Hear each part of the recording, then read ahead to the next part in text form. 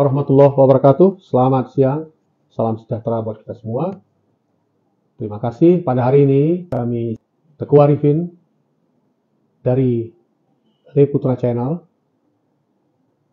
hadir di kediaman Bapak Komjen Purnawirawan Dr. Anang Iskandar, SIK, SH, MH, dalam rangka bincang-bincang tentang permasalahan penyalahgunaan penegakan hukum terhadap penyalahguna narkoba. Khususnya kami akan berbicara langsung dengan pakar narkoba Indonesia, Bapak Anang.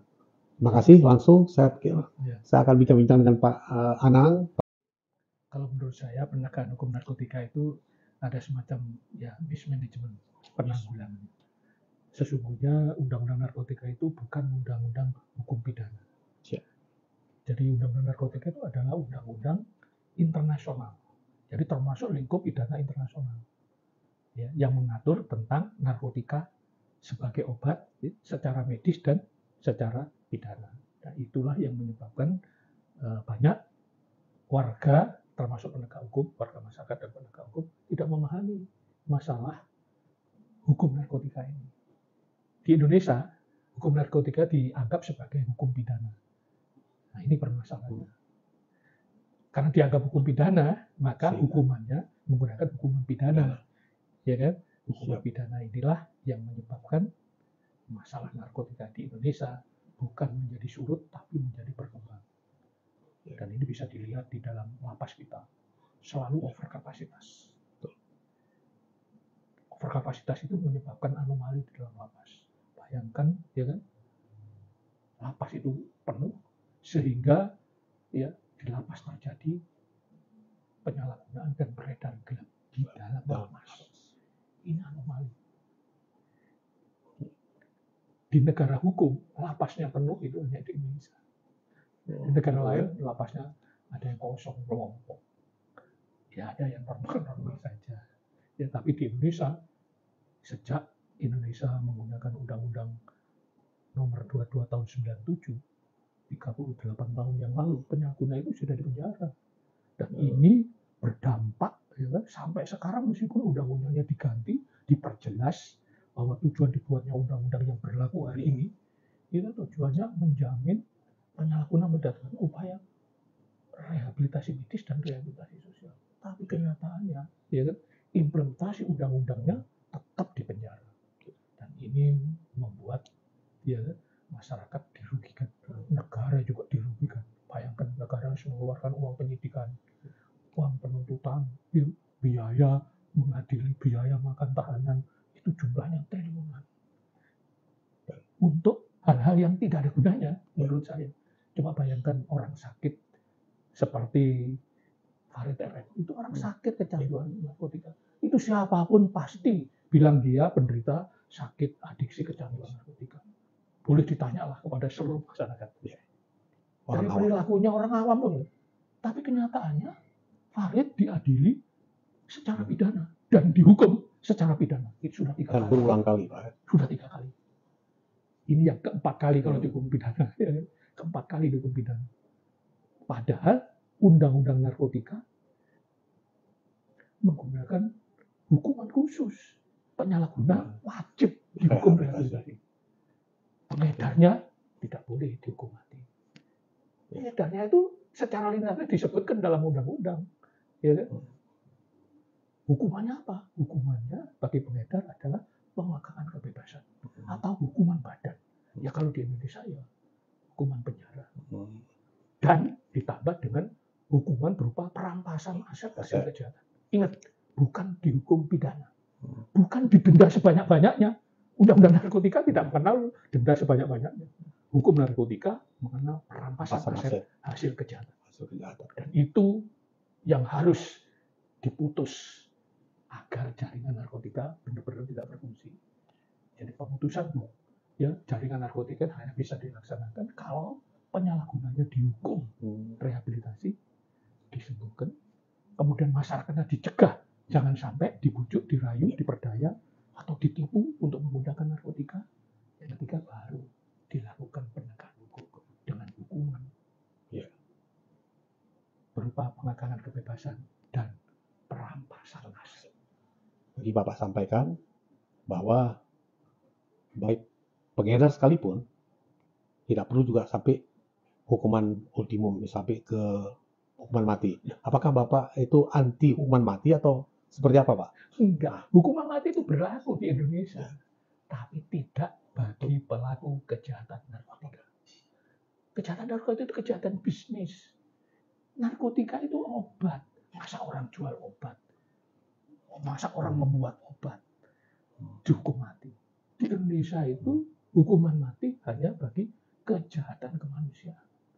Genocide pantas, merampok dengan membunuh sekeluarga pantas dihukum penjara. Saya setuju. Saya tidak sedang berposisi untuk haram hukuman mati. Ya kan? Tapi khusus kejahatan narkotika, hukuman mati itu diatur oleh Undang-Undang Republik Indonesia. Coba baca pasal 36, Undang-Undang Nomor 8 tahun 76. Itu jelas di sana. Hukuman bagi pengedar adalah pengekangan kebebasan. Dan ya kan? Hukuman atau hukuman badan. Itu dinyatakan secara limitatif. Undang-Undang Republik Indonesia loh itu. Tapi saya tidak habis pikir. Kenapa hakim dan penegak hukum memaksa, khususnya hakim loh ya, memaksa menghukum mati pengedar. Ya, kembali kita ke ini Pak, ke permasalahan penyalahguna yang kalau istilah Bapak itu ada dekriminalisasi atau depenalisasi. Yang kita lihat kenyataannya, mereka yang dipidanakan, harapan kita kan kita melakukan penegakan hukum itu supaya terjadi perubahan dari yang tidak baik menjadi baik. Tapi yang ada berapa puluh tahun ini semua penyalahguna mulai dipidanakan, dipenjarakan, malah mereka istilah mereka itu naik kelas, Pak. Dulunya dia waktu di luar dia hanya sekedar pengguna, begitu dia dipidanakan masuk ke dalam, begitu keluar dia naik kelas, Pak. Jadi kurir pertama. Nanti dari kurir nanti ditahan lagi, Pak, terakhir jadi bandar. Jadi makin berkembang dengan adanya dekriminalisasi itu. Dekriminalisasi akhirnya makin berkembang, makin meningkat. Seharusnya mereka bisa kita selamatkan ketika direhabilitasi. Malah ini kita masukkan ke penjara, dihukum badan. Mereka di sana makin leluasa malah menggunakan itu. Disinyalir seperti itu, Pak. Yang saya dengar di lapas sendiri, malah disinyalir mereka lebih bebas. Begitu mereka keluar, mereka lebih madatan lagi gitu, Pak. Ya, jadi begini, Pak Tengku. Jadi permasalahannya ini adalah kembali lagi mismanagement. Penanggulangan masalah narkotika itu mengutamakan pendekatan kesehatan bagi perkara penyalahgunaan narkotika dan pendekatan pidana. Tapi ingat, pidananya hanya diancam pidana, diproses dengan pidana khusus, namanya pidana substansi. Ya kan? Kemudian hukumannya juga khusus, bukan hukuman pidana yang ada di KUHP, tapi hukuman pidana perampasan aset hasil kejahatan dan dikekang supaya dia tidak mengulangi perbuatannya. Nah, inilah yang dimaksud dengan mismanagement penanggulangan narkotika. Kalau negara ini ya membentuk ya sistem penegakan hukum narkotika secara benar, sangat mudah untuk menanggulangi masalah narkotika. Banyak negara-negara yang sukses menanggulangi masalah narkotika. Di negara sana tidak ada, ya bukan nggak ada ya, sedikit penyalahgunaan dan peredaran. Pada intinya penyalahgunaan narkotika harus direhabilitasi kalau terjadi. Yang kedua, jangan sampai warga bangsa ini tergelincir menjadi korban penyalahgunaan narkotika untuk yang pertama kali. Jadi yang paling penting tindakan pencegahan itu, ya kan, jangan sampai warga bangsa ini menggunakan narkotika untuk pertama kali. Kalau sudah menggunakan untuk pertama kali, meskipun itu dibujuk, ditipu, diperdaya, dia akan relapse, mengulangi. Dan ini salah satu terapinya hanya rehabilitasi, bukan penjara.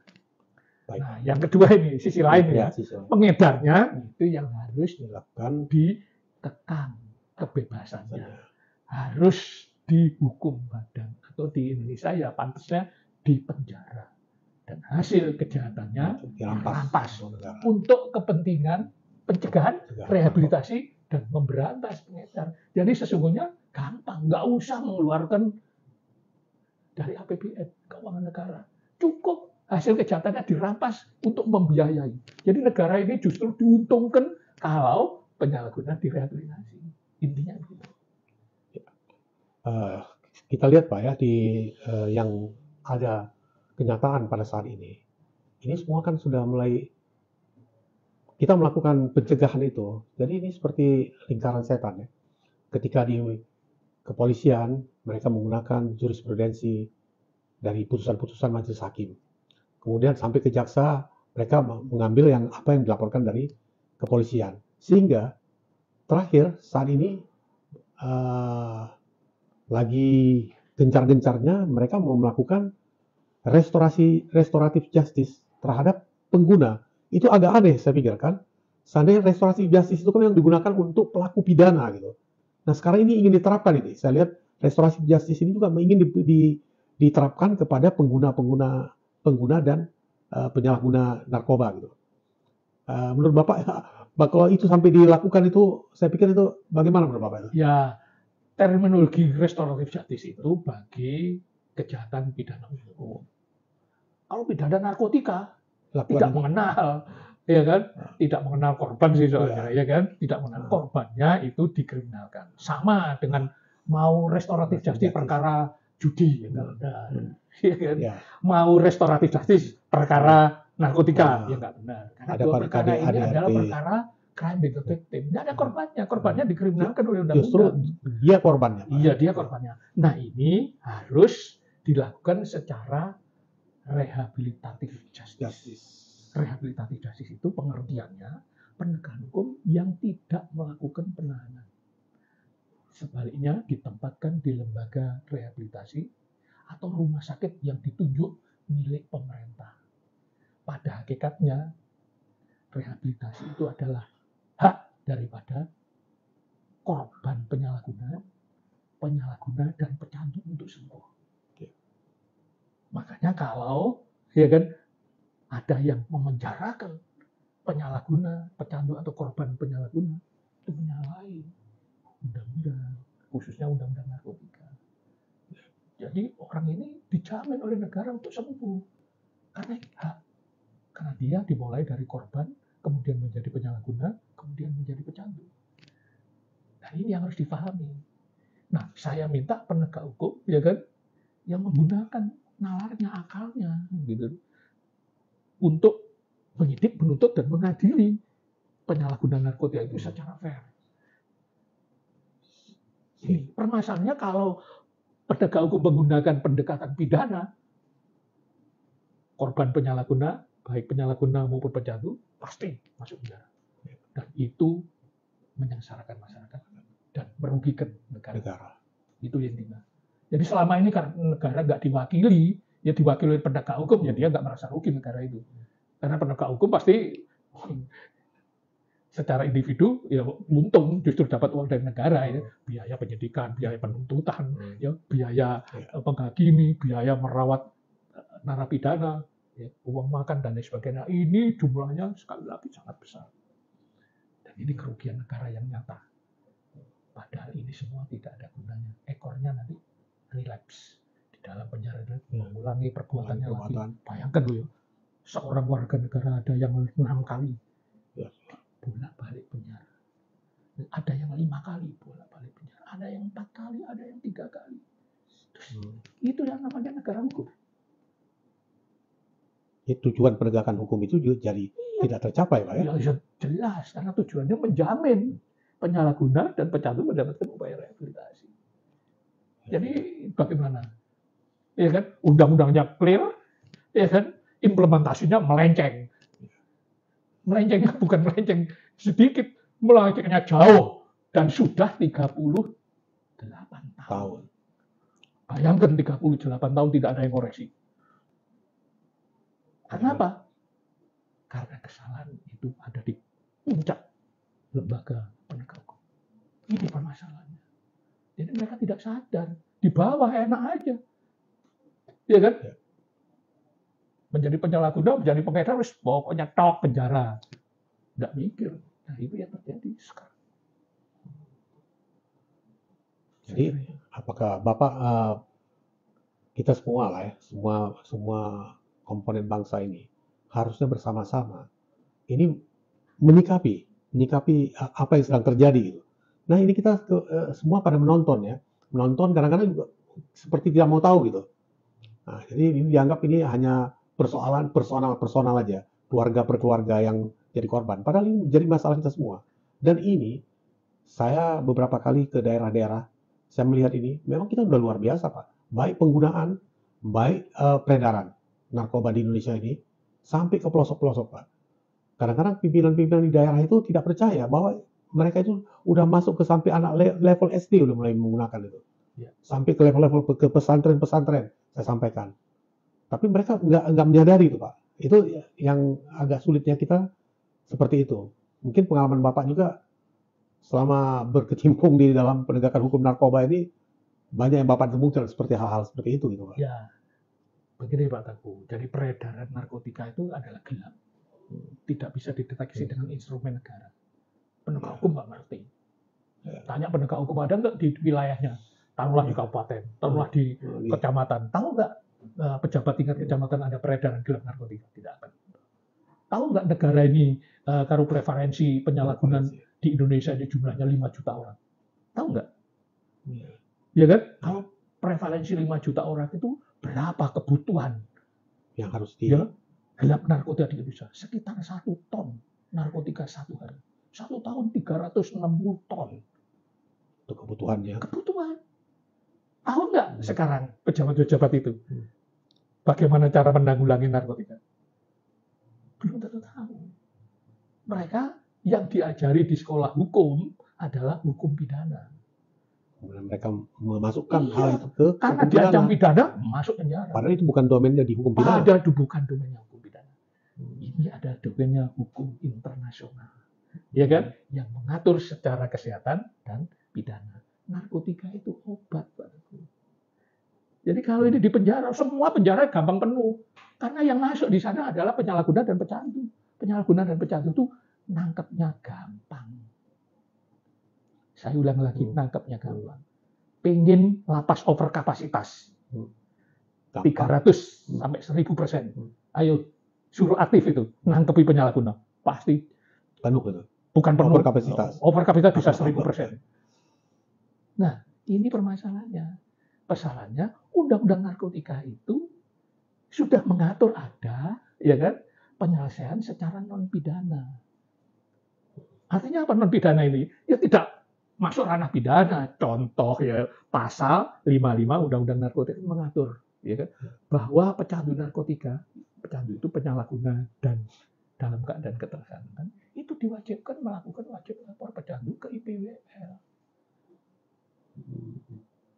Status pidananya gugur. Artinya masalah narkotikanya selesai.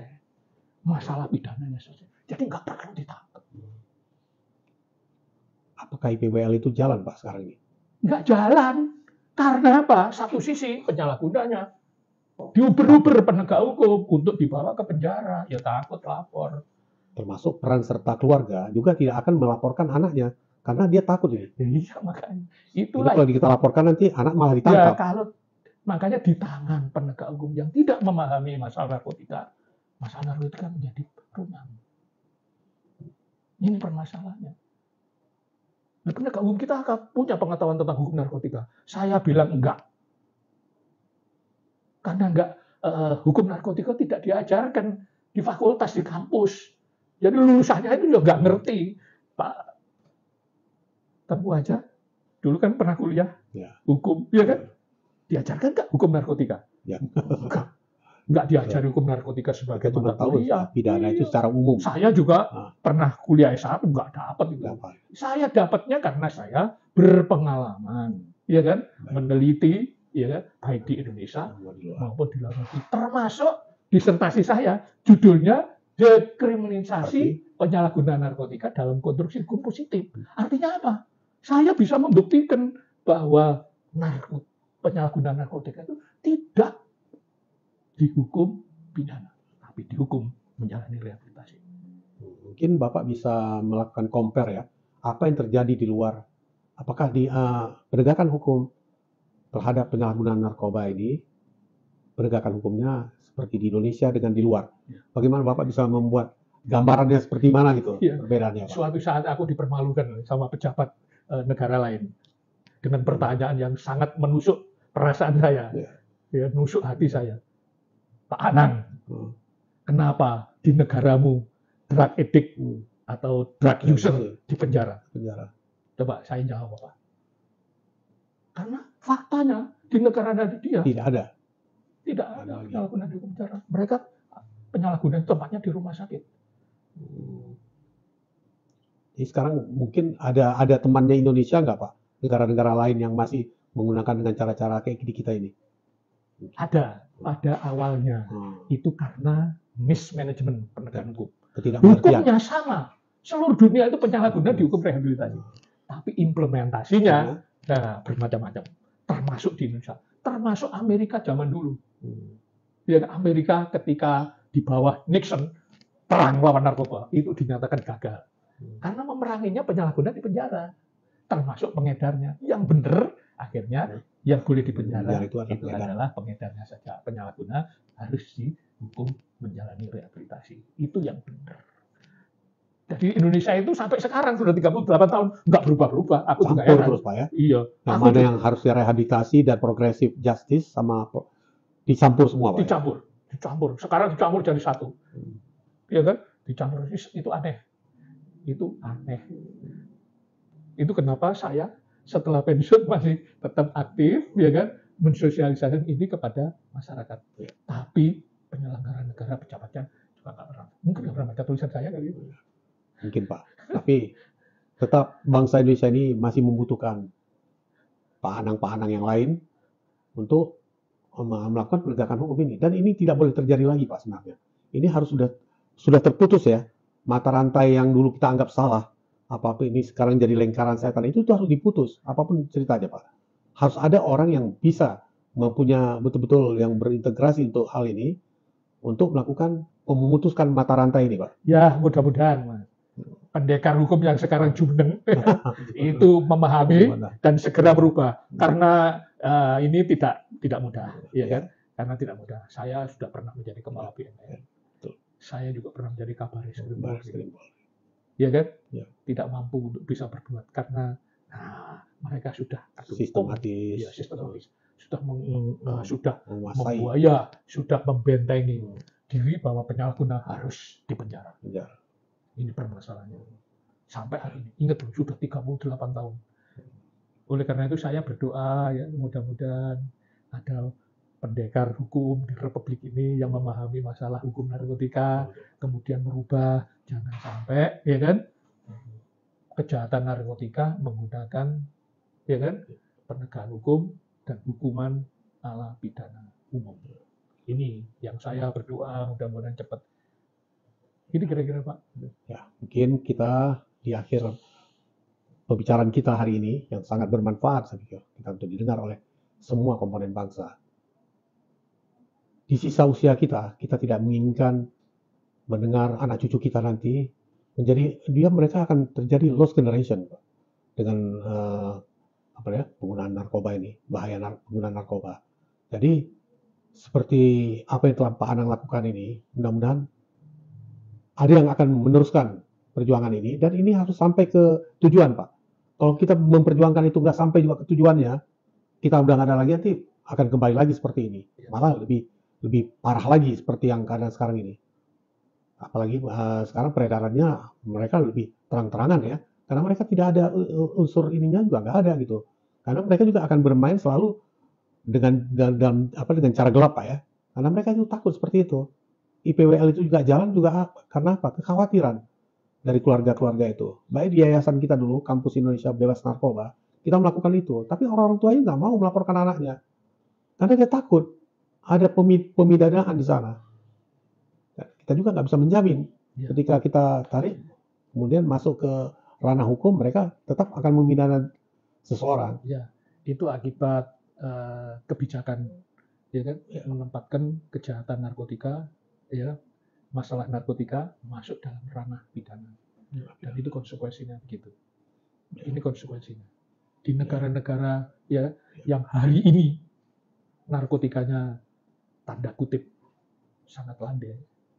itu tidak memasukkan masalah narkotika, khususnya penyalahgunaan narkotika dalam ranah hukum pidana. Itu yang umumnya selamat. Amerika saja, ya kan, termasuk beberapa negara di ASEAN, itu memasukkan masalah penyalahgunaan dalam lingkup pidana, yurisdiksi hukum pidana. Mereka semua pasti mengalami kesulitan. Karena sekali lagi penegak hukumnya tidak dibekali konvensi ini dengan baik. Sehingga kebijakannya ke sana kemari. Baik Pak Anang, kita telah berbicara panjang lebar. Mudah-mudahan apa yang kita lakukan, apa yang Bapak perjuangkan selama ini, bisa pada saatnya kita harapkan ini bisa berhasil, Pak. Dan kepada para penonton di Putra Channel ini, kami mengharapkan ada rasa simpati dan empati dari setiap komponen bangsa terhadap permasalahan narkoba yang sedang terjadi di Indonesia ini. Seperti bagaimana yang sering disampaikan oleh Pak Anang, kalau kita tidak bisa secara tindakan, kita minimal secara lisan. Jadi jangan sungkan-sungkan juga kalau keluarga itu untuk melaporkan keluarganya yang telah melakukan penyalahgunaan narkoba. Demikian mungkin pertemuan kita hari ini. Terima kasih atas segala perhatiannya. Terima kasih sekali lagi kepada Bapak Komjen Purnawirawan, Bapak Dr. Anang Iskandar, SIK, SH, MN.